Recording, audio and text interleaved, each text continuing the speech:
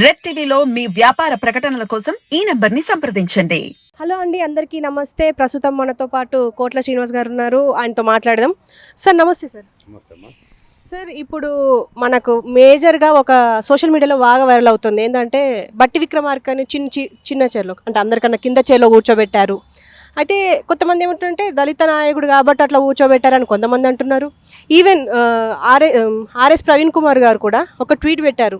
అందుకే మా పార్టీ వచ్చింది, ఇలా దళితుల్ని వెనకబడేస్తున్నారు కాబట్టి అంటే ఆ సామాజిక వర్గానికి చెందిన వాళ్ళు అయితే అట్లా కూర్చోబెడతారా అని చెప్పేసి చాలామంది అంటున్నారు. మీరేమంటారు? చాలా తప్పమ్మా ఈ ట్వీట్ పెట్టడం, సోషల్ మీడియాలో వైరల్ కావడము. భక్తి విక్రమార్క గారికి సముచితమైన గౌరవమే ఉంటుంది. అది దేవాలయ ప్రాంగణం, దాంట్లో రాజకీయాలు చేయవలసిన అవసరం ఉండదు. ఇప్పుడు రేవంత్ రెడ్డి గారు కానీ, అదేవిధంగా మన ఉత్తమ్ కుమార్ రెడ్డి గారు, కోమటిరెడ్డి వెంకటరెడ్డి కానీ ఆడ కొంచెం ఇరుకు సందులు ఉంది కాబట్టి ఇంకో చిన్న చైర్ వేసి కూర్చోబెట్టినంత మాత్రాన భట్టి విక్రమార్క గారికి ఆ సామాజిక వర్గాన్ని ఏదో చిన్న చూపు చూసినట్టు కాదు, ఇంకోటి పెద్ద చూపు చూసినట్టు కాదు. అది యాక్సిడెంటల్గా జరిగినది. దేవాలయంలో రాజకీయాలు ఏంది సమానం. భట్టి విక్రమార్కనే కాదు, కొండ సురేఖ గారు కూడా కూర్చున్నారు కదా పక్కన. ఒక బీసీ మహిళ, ఒక మంత్రి కదా, ఆమె కూడా సైడ్లో చిన్న స్టూల్ వేసుకొని కూర్చున్నది కదా. దీన్ని మనము భూతద్దంలో చూడడం తప్ప ఇంకోటి లేదమ్మా. అంతకుమించి ఈ పనిలేని శక్తులు ఏవైతున్నాయో ప్రభుత్వాన్ని బదనాం చేయాలని, ఏదో కులాల మధ్యన వ్యత్యాసం తీసుకురావాలని, దళితులు, రెడ్డిలు, అదేవిధంగా వేరే సామాజిక వర్గాల కుల వివక్ష చూపించే రీతిగా ఈరోజు ట్వీట్లు పెడతారు. వాళ్ళకి నేను సవైన్యంగా మనవి చేస్తున్నాను. మా ప్రభుత్వంలోని ఎక్కడ కూర్చుంటామో ఏం కథనో మా నిర్ణయం, మా దాంట్లో మీరు ఇన్వాల్వ్మెంట్ కావద్దని నేను దయచేసి వాళ్ళందరినీ కోరుతా ఉన్నాను. అండ్ అలాగే ఇప్పుడు మొన్న రేవంత్ రెడ్డి గారు కూడా అన్నారు తెలంగాణలో కరువు రాబోతోంది అనేసి. మొదటి నుంచి బీఆర్ఎస్ ప్రభుత్వం అంటే ప్రధాన ప్రతిపక్షం అయినప్పటి నుంచి కరువు వస్తుంది, ఇప్పటికే నీళ్లు లేకుండా ఎండిపోతుంది, చాలామంది నీళ్లు లేవని చెప్పి బాధపడుతున్నారు అని చెప్పేసి అంటున్నారు. దానికి తోడుగా రేవంత్ రెడ్డి గారు అన్న మాట బాగా వైరల్ అవుతుంది. దీనికి వేరే ఉంటారు.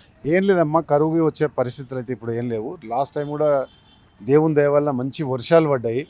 ఇలా జలాశయాలన్నీ కూడా నిండు కుండలాగా ఉన్నాయి కాబట్టి కరువు వచ్చే పరిస్థితి లేదు. ఒకవేళ కరువు వస్తే కూడా, ఒకవేళ అనుకోని పరిస్థితుల్లో కరువు వస్తే కూడా ప్రభుత్వం రేవంత్ రెడ్డి గారి నాయకత్వంలో కరువును ఏ విధంగా ఎదుర్కోవాలి, ప్రజలకు ఏ విధంగా నీళ్లు, అదేవిధంగా వ్యవసాయానికి సాగునీరు, తాగునీరు ఇవ్వడానికి ఒక ప్రత్యేకమైన ప్రణాళికతోని, ఒక దూరదృష్టితోని ఇలా మా మంత్రివర్గం అంతా కూడా పనిచేస్తూ ఉంది.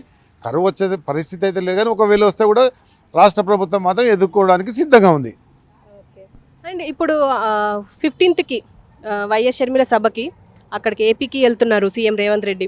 అంటే అక్కడ ఏం ప్రసంగించే అవకాశం ఉందంటారు? అంటే మిగతా వాళ్ళు ఏమంటారంటే, అంటే విశ్లేషకులు కానీ ఇక్కడ ఉన్న వాళ్ళు ఏమంటున్నారంటే అక్కడ వెళ్ళి అక్కడ జరిగే అన్యాయాన్ని ఎండగడతారు అండ్ ప్రత్యేక హోదా గురించి మాట్లాడతారు అండ్ ఏపీ ప్రభుత్వంని కానీ అటు కేంద్ర ప్రభుత్వంని కానీ ఇద్దరిని సవాల్ చేస్తారు అని చెప్పేసి అంటున్నారు. నిజమంటారా?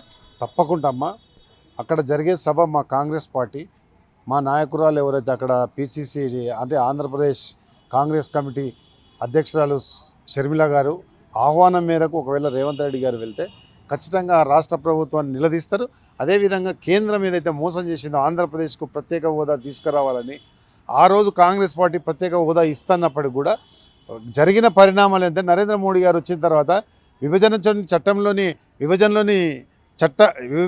చట్టంలోని హామీలు నెరవేర్చలేదు.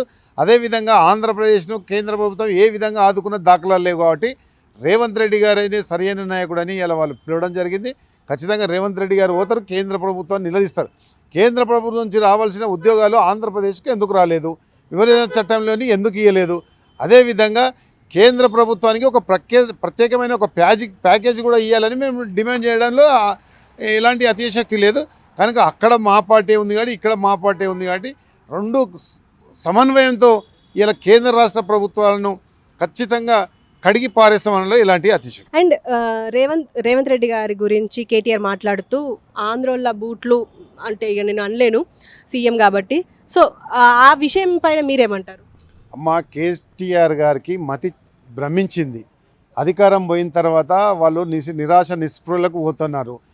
కేటీఆర్ గారు తండ్రి కేసీఆర్ గారు ఫస్ట్ ఆంధ్రోళ్ళ బూట్లు నాకింది ఆయన, ఎన్టీ రామారావు చెప్పులు మోసింది ఆయన, చంద్రబాబు నాయుడు బూట్లు నాకింది ఆయన, లక్ష్మీపార్వతి చెప్పులు మోసింది ఆయన. సాక్షాత్తు ఎన్టీ రామారావు పేరు పెట్టుకున్న కేటీఆర్ గారు ఆయన మాట్లాడుతున్నా అంటే దయ్యాలు వేదాలు వదిలించినట్టుగా ఉన్నాయి.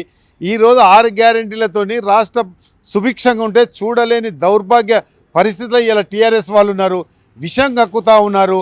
కడుపు మంటతోని ఈ విధంగా వ్యాఖ్యలు చేస్తున్నారు. రేవంత్ రెడ్డి గారు చరిత్ర ఒకసారి చెప్తాను వినండి. ఒక జెడ్పీటీ సభ్యునిగా, అదేవిధంగా శాసన మండలి సభ్యునిగా, 2 సార్లు అసెంబ్లీ సభ్యునిగా, అంటే ఎమ్మెల్యేగా, అదేవిధంగా మరి కాంగ్రెస్ పార్టీ వర్కింగ్ ప్రెసిడెంట్గా, అదేవిధంగా పార్లమెంట్ సభ్యునిగా, అదేవిధంగా ఇలా రాష్ట్ర ప్రభుత్వంలో ముఖ్యమంత్రిగా, అదేవిధంగా రాష్ట్ర ప్రభుత్వం ముఖ్యమంత్రి అయిన తర్వాత 80 రోజులలో ఇవాళ రాష్ట్రము ఎంతో, అంటే గత ప్రభుత్వంలోని తిరోగమనం వైపుతున్న ఈ రాష్ట్రాన్ని పురోగమనం తీసుకుపోయి అభివృద్ధి దిశగా పయనిస్తుంటే చూడలేని కబోదులు కేటీఆర్ గారు ఆంధ్రలో బూట్లు నాకుతానడం ఇవాళ గొప్ప శిఖరం. రేవంత్ రెడ్డి గారు అలాంటి వ్యక్తిని పట్టుకొని, రాష్ట్ర ముఖ్యమంత్రిని పట్టుకొని ఈ విధంగా వ్యాఖ్యలు చేస్తే ఈయనకు రాబోయే రోజులలో ఏదైతే ప్రతిపక్ష హోదా ఇచ్చిరో ఇంకా రాబోయే హోదా ఆ ప్రతిపక్ష హోదా కూడా దక్కదు. ఇప్పటికే కాంగ్రెస్ పార్టీ కార్యకర్తలు మిలిటెంట్ ఉద్యమాలు, గెరిల్లా ఉద్యమాలు చేయడానికి సిద్ధంగా ఉన్నారు. ఈ విధంగానే కేటీఆర్ గారు ప్రవర్తిస్తే రాబోయే ఎన్నికల్లో ఆ పార్టీని బొందబెడతారు. రేపు పార్లమెంటుకు జరుగుతున్న ఎన్నికల్లో 14 సీట్లు కాంగ్రెస్ పార్టీ గెలుచుకోబోతుంది. అందుకనే వారు నిరాశ నిస్పృహలతోటి ఆంధ్ర పేరు పెట్టుకున్న నువ్వు, ఆంధ్ర ఎన్టీ రామారావు పేరు పెట్టుకున్న నువ్వు మా రేవంత్ రెడ్డి గురించి మాట్లాడే నైతిక అర్హత ఏమాత్రం లేదని సందర్భంగా చెప్తున్నా. అండ్ అట్లనే ఇప్పుడు ఆల్రెడీ మనం చూసినాం జనసేన టీడీపీ పొత్తులు కలిసినాయి, అలాగే బీజేపీ కూడా వచ్చింది. ఇటు కూడా పొత్తుల కోసం ప్రయత్నిస్తున్నట్టు తెలుస్తుంది. అంటే ఒకవేళ కాంగ్రెస్తో పొత్తు పెట్టుకునే అవకాశం ఉందంటారా? ఇది మా అధిష్టాన పరిధిలో ప్రశ్నమ్మా. నేను చెప్పలేను దాన్ని ఎవరితో పొత్తు పెట్టుకోవాలి. ఏం రాహుల్ గాంధీ, సోనియా గాంధీ, ప్రియాంక గాంధీ, ఖార్గే గారు, అక్కడ పిసిసి అధ్యక్షురాలు షర్మిల గారు నిర్ణయించుకుంటారు. ఇది మేము ఊహించి చెప్పలేని పరిస్థితి. Okay sir. అండ్ ఇవాళ నిన్న కేటీఆర్ ఒక మాట అన్నారు, రేవంత్ రెడ్డి ఏపీ రాజకీయ నాయకుల బూట్లు నాకి పైకొచ్చిన వ్యక్తి అని చెప్పేసి అన్నారు. దీన్ని మీరు ఎలా ఖండిస్తారు? చూడండి, ఎవరు బూట్లు నాకు ఎవడొచ్చినాడో అనేది గతం చూసుకుంటే బాగుంటుందని నేను అనుకుంటాను. నేను ఎక్కువ మాట్లాడదలుచుకోలేదు దీనిపైన. వాళ్ళయ్య ఎవరి బూట్లు నాకు ఎక్కడి నుంచి వచ్చినాడు అనేది దానికి సమాధానం వచ్చిన తర్వాత ఈయన ఎవరి బూట్లు నాకిందనేది మేము సమాధానం చెప్పొచ్చు. అట్లాంటి వాటికి మీకు సమాధానం చెప్పే మాకు టైం లేదు. ఎందుకంటే ప్రభుత్వంలో ఉన్నాం కాబట్టి మాకు చాలా రేవంత్ రెడ్డి గారికి చాలా బాధ్యత ఉన్నది భుజాలపైన. 6 గ్యారెంటీలతో పాటు మహిళా సంక్షేమంతో పాటు ఈరోజు పేద ప్రజలకు ఏ సంక్షేమ పథకాలు తీసుకురావాలి, 6 గ్యారెంటీలు ఏ విధంగా లబ్ధి చేయాలి, లబ్ధి పొందే విధంగా ప్రజల వద్దకు మేము వెళ్ళాలి, ప్రజలకు ఏ విధంగా మేము న్యాయం చేయాలి. 9.5 సంవత్సరాలలో ప్రతి ఒక్కరి జీవితంతో మాట్లాడి 1.5 లక్షల నెత్తికి అప్పు పెట్టేసి ఈరోజు 7,50,000 కోట్ల అప్పులు చేసిన వాళ్ళకి ఈరోజు వాళ్ళ గురించి మాట్లాడుకోవడం నేను వేస్ట్ ఆఫ్ టైం అనుకుంటాను. బికాజ్ ఈ చిల్లర మాటలకు వాళ్ళకి టైం ఉండింటుంది. అపోజిషన్లో కూర్చున్నారు కదా, టైం ఉంటుంది చాలా, కానీ మాకు ఆ టైం లేదు.